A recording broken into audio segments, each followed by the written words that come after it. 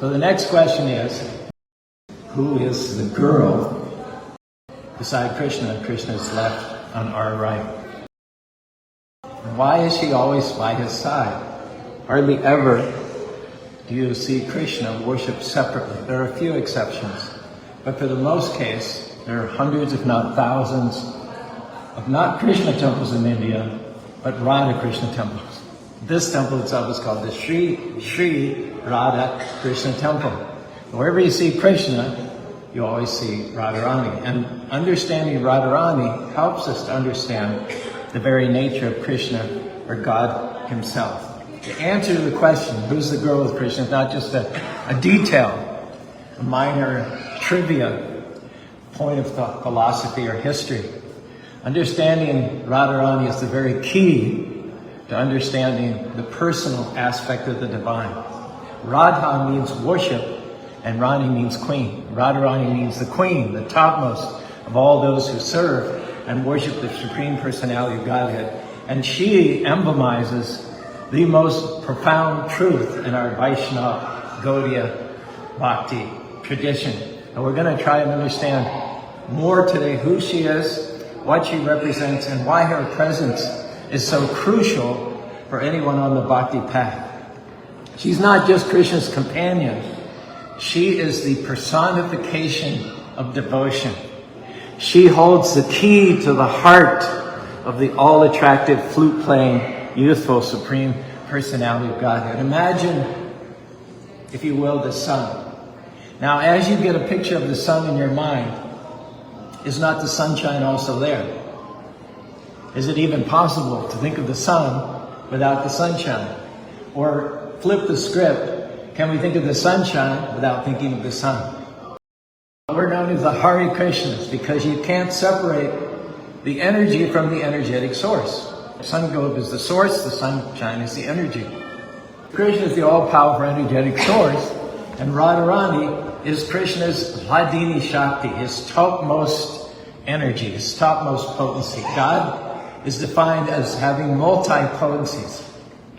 The sun doesn't just have one beam, or two beams, or 1,000, or 10,000, or 100,000. There are more beams coming from the sun at any given moment than you can possibly comprehend. So when we say God is omnipotent, that means there are more potencies emanating from God: beauty, wealth, fame, strength, knowledge, renunciation, than we could ever calculate or understand. But the most important potency, the topmost potency, is Radharani. She is the potency of love. Krishna is above and beyond everything else, a lover. Radharani is the potency of Krishna's love. She's not separate from Krishna. Just like the sunshine and the sun are one. They're two, but they're also one. The energy is not different from the energetic source. Krishna is the original source of everything. From Krishna comes sun, moon, stars, universes, Shiva, Brahma, Ganesha. If you examine all of our psychology, every living entity, not just humans, but among the 8,400,000 species of life, there's one psychological driving force that we have all in common. It stands above and beyond all the others, called the pleasure potency. Is it not in fact that each and every one of us, not just humans, but ants and mosquitoes and spiders, all of us are seeking pleasure. And from where that comes from the source, comes from Krishna. First thing that's on God's mind, as it is on all of his created beings, is pleasure. The first manifestation of Krishna's inner consciousness of his very heart itself is Srimati Radharani. She is the purest and the topmost expression of God's own love and devotion. Now we talk about love a lot in this material world. It's, if anything, the most overused single syllable word in the English language. However, what we know of or call as love in this material world is not really such. Iron and gold, they're both metals. They have that in common. But they're not of equal value. Love is selfless. Lust, the opposite of love, is self-centered. When we see love reflected in its material world, whether it be the love of a parrot for its mate, or the love of Brahma for Saraswati or Gayatri, his wives, from the lowest ant to the highest demigod, what we call as love is not really such, because it's not selfless, it's selfish. It's to please the lover. People talk about falling in love. Like you might, if you're not watching where you're going, you maybe had a little bit too much to drink one day, you fall into a ditch. People think of it as that easy. Something that happens without any premeditation, accidentally, almost incidentally. But the problem with falling into love is that you can fall out of love just as quickly and easily, and you will fall out of love as quickly as you fell into love. So that's not really love. You love the person because they stimulate your senses. However, when they stop pleasing you, then you, I don't love you anymore. And you jump like a monkey from tree to tree, from one partner to another. That's not love, that's lust. We don't really see pure selfless love in this material world. Love itself takes a lot of work. Love itself is a function of character. You have to work at it every single day.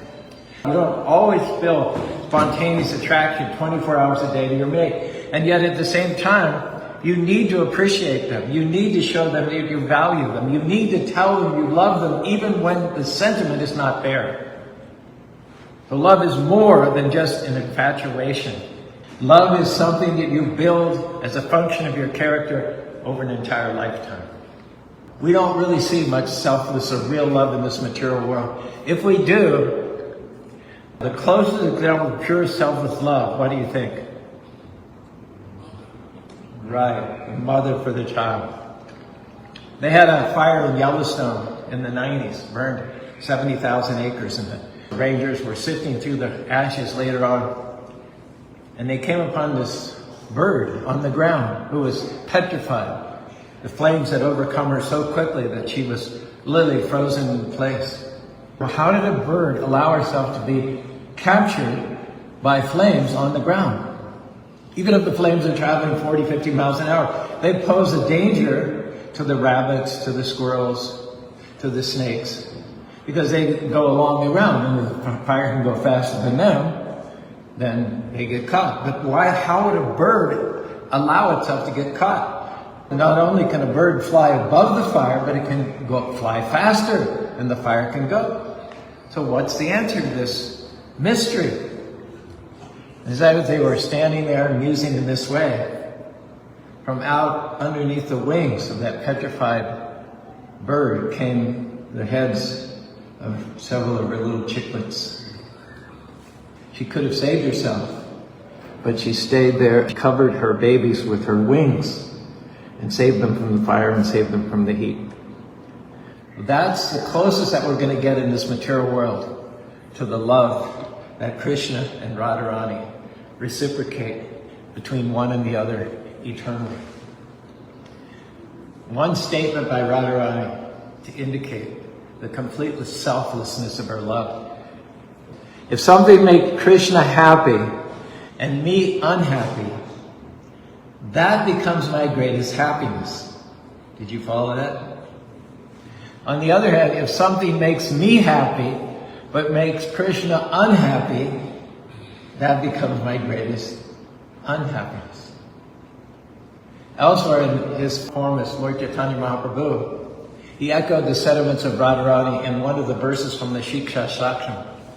Krishna, even if you restrain me, envelop in your embrace, or pain me by hiding your face, you remain my Lord unconditionally, no matter what the difficulty, decline or gain, rain or shine. I am yours and you are mine. Unconditional. No matter what Krishna does, he's always going to be my Lord. There's a famous story that one time Krishna asked Narada Muni to go and collect dust from the feet of his devotees. Narada Muni said, why? Krishna said, I had a headache. The only thing that's going to cure my headache is putting the dust from the feet of my devotees on my head. So Narada Muni went to many, many devotees. He said, Krishna has a headache. and he's asking for the dust from your feet to put on the head of Krishna. And they said, the dust from my feet on the head of Krishna, Supreme, all-powerful personality of Godhead, creator of millions and millions of universe, the wielder of the thunderbolt. If the dust of my feet were to find its way on the head of Krishna, I would surely go to hell. When Narada Muni came to the gopis headed by Radharani, and he said, Krishna has a headache, and it's only the dust from your feet on his head that will cure his headache. They immediately go. What are you waiting for? Go. And Narada said, well, every other devotee said they didn't want to do it because they would go to hell. The gopis said, willingly, will happily go to hell. You just go and cure Krishna's headache. Selfless love. When we say Hare Krishna, that Hara, that is Radha. Prabhupada said we should chant like the cry of a child for its mother, heartfeltedly. Cry, especially for Radha. Imagine a child who wants something from the father. They don't go to the father directly. They go to their mother. Why do they go to the mother? In order to indirectly approach the father. Because the mother's heart, tell me if I'm wrong, is most compassionate and most forgiving. And she will always recommend that the father concede what the child's want. In the same way, Radharani is the divine mother. Radharani is compassion personified. And she is the most accessible path to Krishna. Even Krishna himself says, those who claim to serve me directly, they are not actually my servants. I reject them. I only accept those who are the servants of the servants of the servants of the servants of the servant of Radharani. And not only does Radharani act as the gatekeeper for entering into the eternal divine pastimes of Krishna, not only are we praying to Radharani for access, but it is from Radharani that we get the talents, the abilities, and the capabilities to serve Krishna in an expert and pleasing way. Radharani is a repository of all abilities, whether it's singing or dancing, cooking. It is said of Radharani that every day, eternally, she has cooked a different preparation for Krishna. But not only is she the gatekeeper to give us access, but she's also the one who trains us up as the spiritual master, as the guru. She's the one who empowers us, transforms our hearts from self-centered to God-centered, so that we can then make that essential connection with the divine. She gives us strength to carry on devotional practices. She removes obstacles, and she fills us with spiritual boldness. Prabhupada says, to truly serve Krishna means to serve Krishna with love. What's the point otherwise? You serve with love. If you say you love somebody, what's the first thing you do? You do something for them. You serve them. When we say, or when we aspire for love of Krishna, Krishna Prema, then we have to ask Srimati Radharani to teach us how to love. This is a core principle of the Bhakti tradition. The way to approach Krishna is not directly, but through the mercy of Srimati Radharani. Any sincere devotee that wants to get to Krishna will follow Krishna's own prescription. Just approach Radharani, who's seen the truth, who has access to the truth, who's been favorably serving the truth forever, since time immemorial. And Prabhupada confirms this by saying, if we approach Krishna through the mercy of Radharani, then what is impossible becomes, in fact, easy. If Radharani recommends to Krishna, this devotee is very nice, Krishna doesn't question. He just takes what Radharani says. That's all he needs. The nod from Radharani, and Krishna immediately accepts that devotee. However foolish that devotee may be, Radharani recommends, Krishna accepts.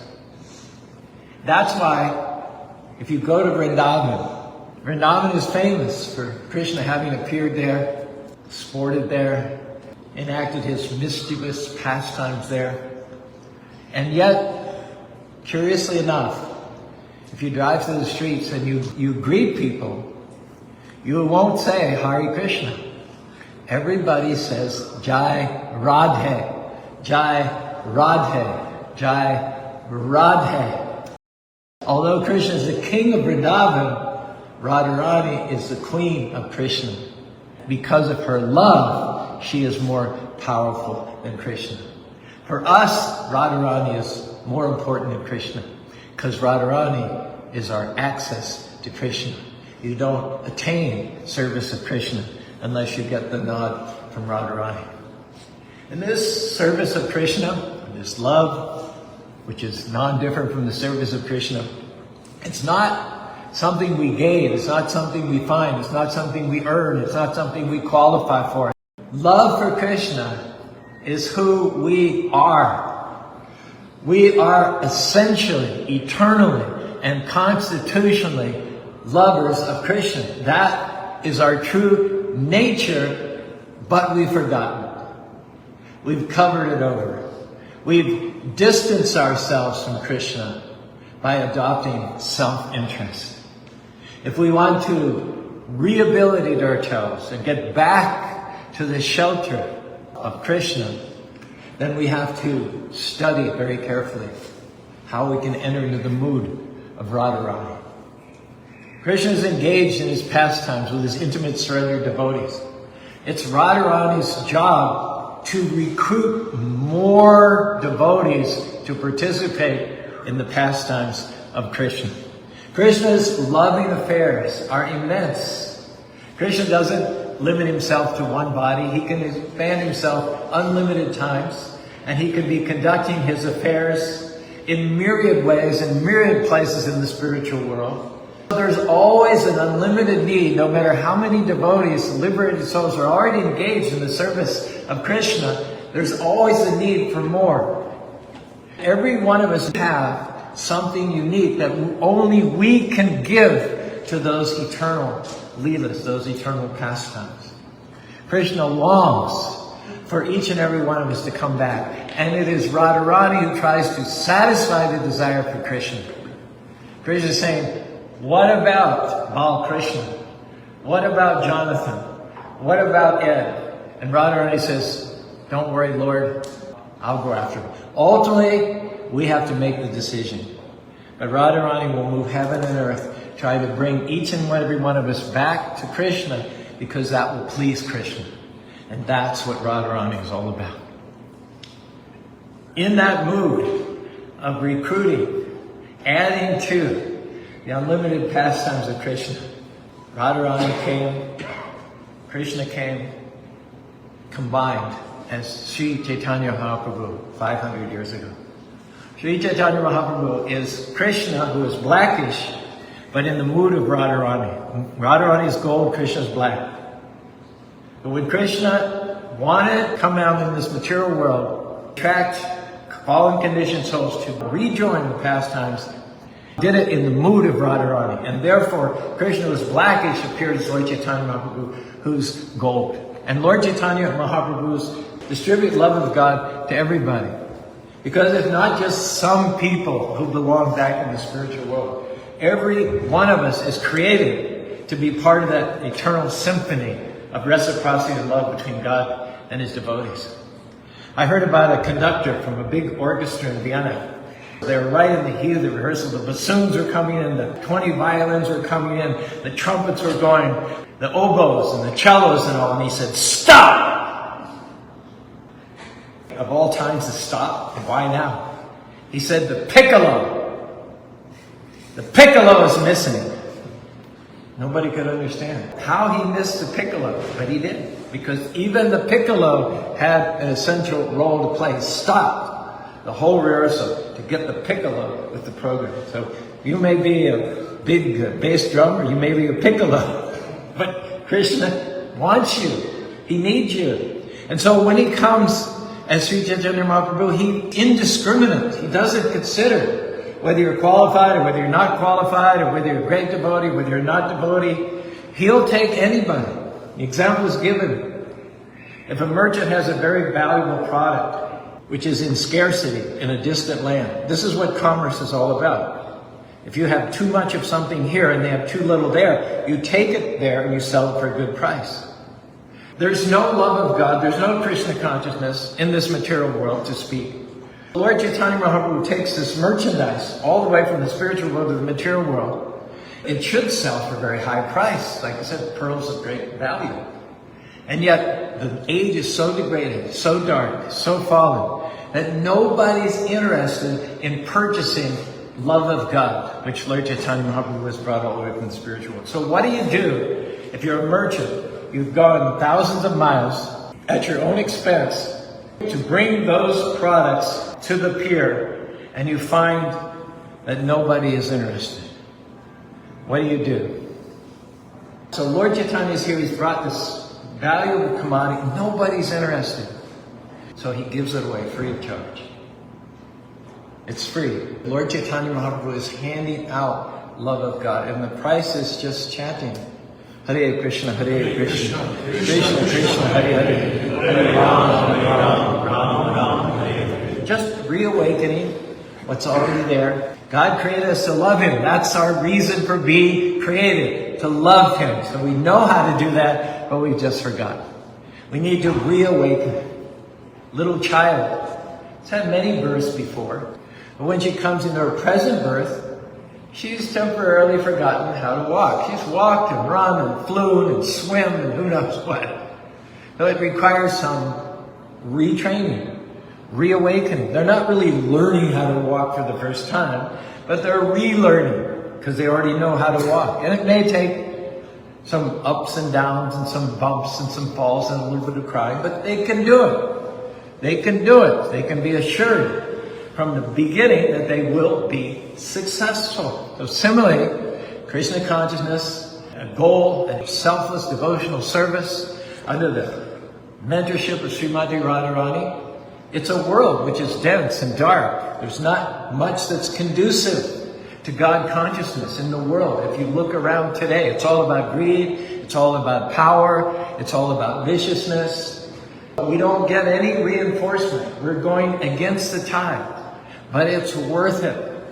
It's worth it. Just like for that child. It doesn't matter if the child falls down or gets a few knocks or bumps. It's worth it. Trust me, the child is going to want to walk and run. Not just give up because it's too troublesome. So similarly, we just have to be convinced of the innate love of God, which is within our hearts, and then practice. Hare Krishna, Krishna Krishna, Hare Hare, Hare Rama, Rama Rama, Hare Hare. That wasn't so hard, was it? No. Hare Krishna, Krishna Krishna, Hare Hare, Hare Rama, Rama, Hare Hare. In a minute or two, I'm going to finish up here, and we're going to chant and dance. Anybody got a serious problem with that? No. And after that, we're going to go downstairs for a feast. So, guys just got to tough it out. I remember they had these billboards all over Utah about a year ago. There's millions of dollars of property that the government has in your name.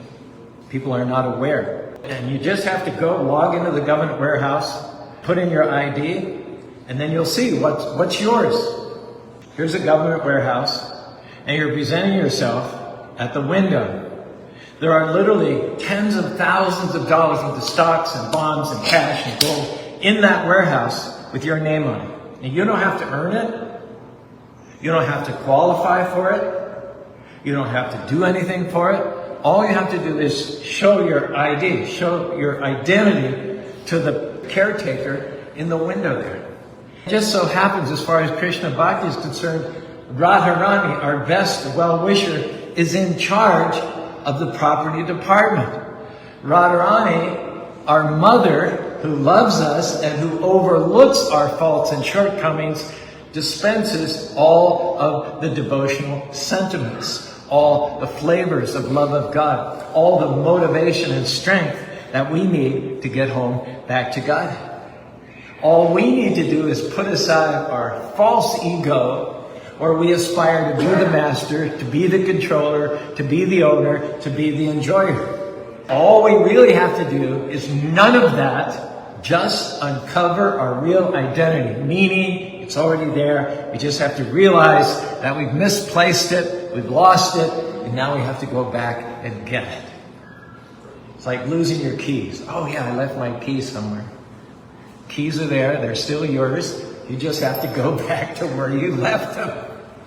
The Nectar of Devotion by Rupa Goswami emphasizes that approaching Krishna's mercy is best done through his devotees. And Radharani, of all the devotees, is the most compassionate and influential devotee. She has the ear of Krishna. And she is also unlimitedly merciful and compassionate. She's the one for fallen souls to approach. When she comes as Lord Chaitanya Mahaprabhu, she doesn't wait for the souls to approach her. She realizes that people are not going to come. They're not interested. She's sitting in that window and nobody's coming. So she's going to go out after them. Solicit them on behalf of Krishna's pastimes with the holy name, with festivals, and with prasad. That's because she is the ultimate embodiment of compassion. Today is a special day when we can pray for our mercy and be assured of receiving the favor of Krishna in the form of the loving grants of Radharani. This is the very essence of bhakti. This is the very source of the empowerment that we need in order to make our way to God's lotus feet. It's through the compassion of Radharani. She is humming with devotional energy, and you can't pray to her without being infected by that same vibrancy. She is, in fact, the original potency of the Lord. And when you have Radharani's favor in your life, you become fearless. You become uninhibited in your service to the Lord. Any anxieties or doubts or frustrations or fears that you have in connection with this material existence are replaced with a clear, bold purpose to serve the Lord no matter what, and assist him in his pastime. This boldness, this devotion, is a direct result of being empowered by the female energy. So this auspicious appearance day of Srimati Radharani is a very good time to pray for the awakening of our dormant God, our Krishna consciousness. And following the footsteps of Rupa Goswami, here are some nice prayerful thoughts that we'll end with. O Srimati Radharani, Queen of Vrindavan, my heart is shattered by the distance that lies between my soul and your service. I am lost in the desert of this material world, a barren landscape where every desire turns to dust and every aspiration withers into ash. I have chased fleeting images, believing them to be springs of happiness, only to find my thirst unquenched and my spirit weakened. O Radha, you have completely subdued Nanda Maharaj's son, Krishna, with your love. O merciful Radha, please melt the stone of my heart with the fire of your love. Let my tears become a river of devotion, and my every breath a prayer to you. My only hope, please engage me in the service of your Lord, Sri Krishna, for without your mercy, Radharani, I can never attain him. Finally, O Radha, I'm rolling on the banks of the river Yamuna, my poor heart filled with anticipation, praying to you with all humility. I beg you to kindly engage me in even the smallest service to your lotus feet. O most merciful Queen of Krishna, it will not become you to ignore this most distressed soul, for your heart is always overflowing with compassion and love. Hare Krishna, Hare Krishna, Krishna Krishna, Hare Hare, Hare Rama.